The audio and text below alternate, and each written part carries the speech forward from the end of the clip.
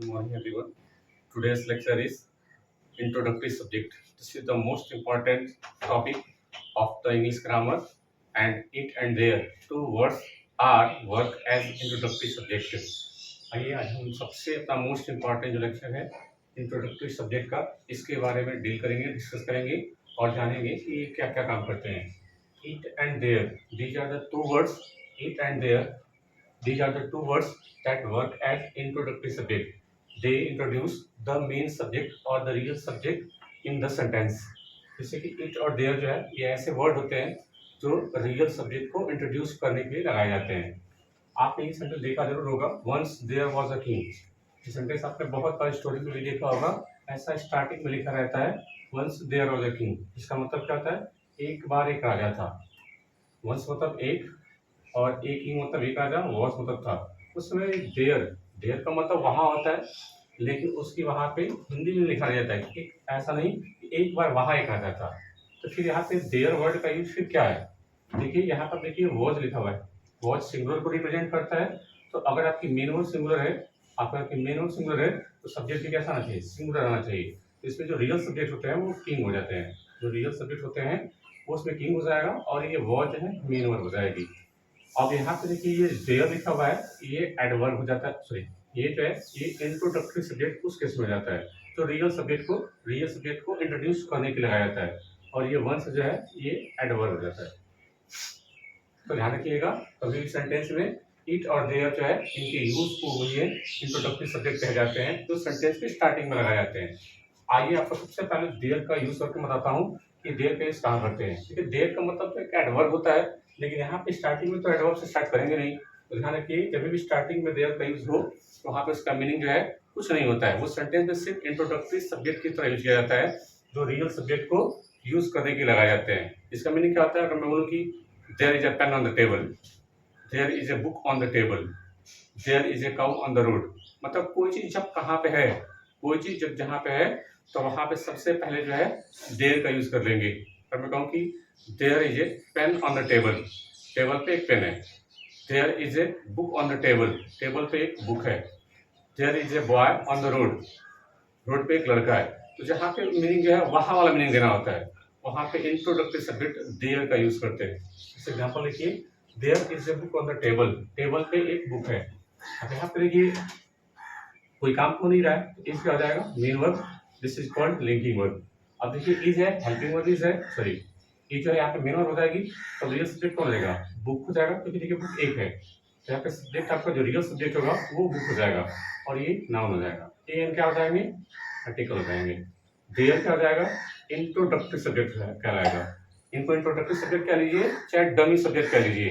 ये सेंटेंस में केवल जो है रियल सब्जेक्ट को इंट्रोड्यूस करने के लगाए जाते हैं. इनका अपना कोई मीनिंग नहीं होता है और नहीं इनके हिसाब से वर्ब आती है. ध्यान रखिए, यहाँ पे देयर जो है इंट्रोडक्टरी सब्जेक्ट है. ऑन क्या हो जाएगा? प्रीपोजिशन, और इसका ऑब्जेक्ट कौन जाएगा? टेबल, जो पार्ट ऑफ इसका है नाउन. द क्या हो जाएगा? आर्टिकल हो जाएगा.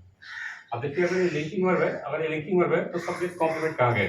तो सब देखिए मुझे इस बुक के बारे में बताना है. तो ये ऑन द टेबल जो है, ये ऑन द टेबल जो लिखा हुआ है, ये पूरे के पूरे वर्ड जो है सब्जेक्ट कॉम्प्लीमेंट की तरह वर्क कर लेंगे, काम कर लेंगे, और ये एडजेक्टिव जैसा काम कर लेंगे. मैंने आपको सब्जेक्ट कॉम्प्लीमेंट पढ़ाया था, अगर आपने नहीं देखा है तो मेरी लास्ट की वीडियोस कुछ हैं, आप वहां से आकर फॉलो करिए. नेक्स्ट सेंटेंस देखिए, there are some errors in this sentence. इस सेंटेंस में कुछ एरर है.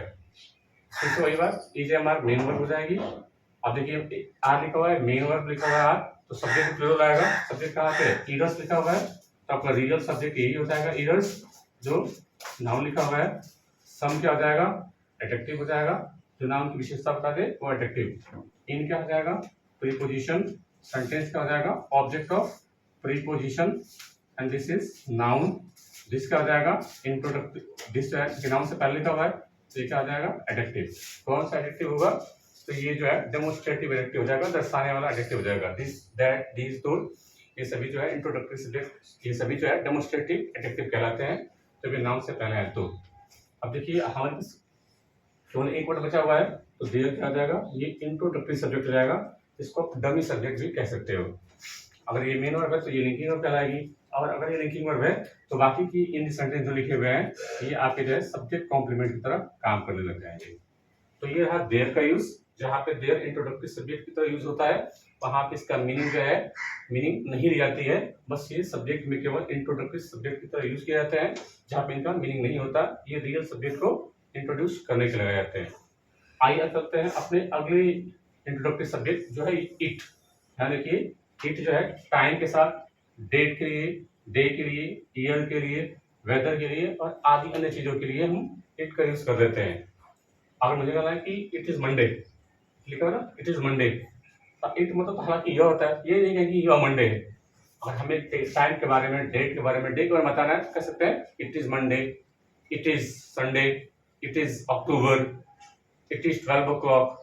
कोई हमें मौसम के बारे में, दिन के बारे में, महीने के बारे में बताना हो तो हम जनरली जो है इट इंट्रोडक्टरी सब्जेक्ट का यूज कर लेते हैं।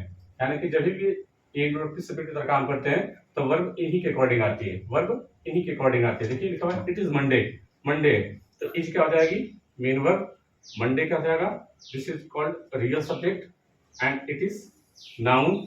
अब ये मेन वर्ब हो जाएगी तो लिंकिंग वर्ब है और ये रियल सब्जेक्ट हो जाएगी, इट क्या हो जाएगा, इंट्रोडक्टरी सब्जेक्ट हो जाएगा। अब कोई पूछेगा सर यहाँ पे अगर ये लिंकिंग वर्ब है, अगर ये लिंकिंग वर्ब है तो सब्जेक्ट कॉम्प्लीमेंट फिर कहाँ है, तो ध्यान रखिए अगर मुझे सब्जेक्ट के बारे में कुछ बताना होगा तब तो सब्जेक्ट कॉम्प्लीमेंट आएगा कि मंडे कैसा है, अच्छा है, बुरा है, काला है। अगर मुझे सब्जेक्ट के बारे में कुछ बताना होगा तब इंट्रोडक्टरी सब्जेक्ट आएगा, अन्यथा जो है बिना इंट्रोडक्टरी सब्जेक्ट के, बिना जो है बिना सब्जेक्ट कॉम्प्लीमेंट के भी सेंटेंस लिखे जा सकते हैं। अगला देखिए इट इज 2 o'clock, कोई पूछ के टाइम कितना है, इट इज 2 o'clock, 2 बजे है, तो इज हो जाएगी main verb, this is called linking verb. अब ये देखिए 2 o'clock लिखा हुआ है तो हमारा रियल सब्जेक्ट जाएगा वो क्लॉक हो जाएगा, जो नाउन लिखा हुआ है।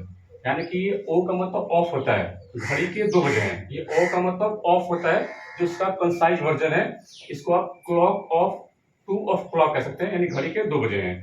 तो ये रियल सब्जेक्ट हो जाएगा और ये जो है दोनों के दोनों वर्ड एडजेक्टिव की तरह काम करने लग जाएंगे उस क्लॉक के लिए। अगर आप इसको ब्रेक करेंगे तो ये प्रीपोजिशन हो जाएगा, इसका ऑब्जेक्ट हो जाएगी, लेकिन इसको साथ में यूज करते हैं जो एडजेक्टिव की तरह काम कर लेता है।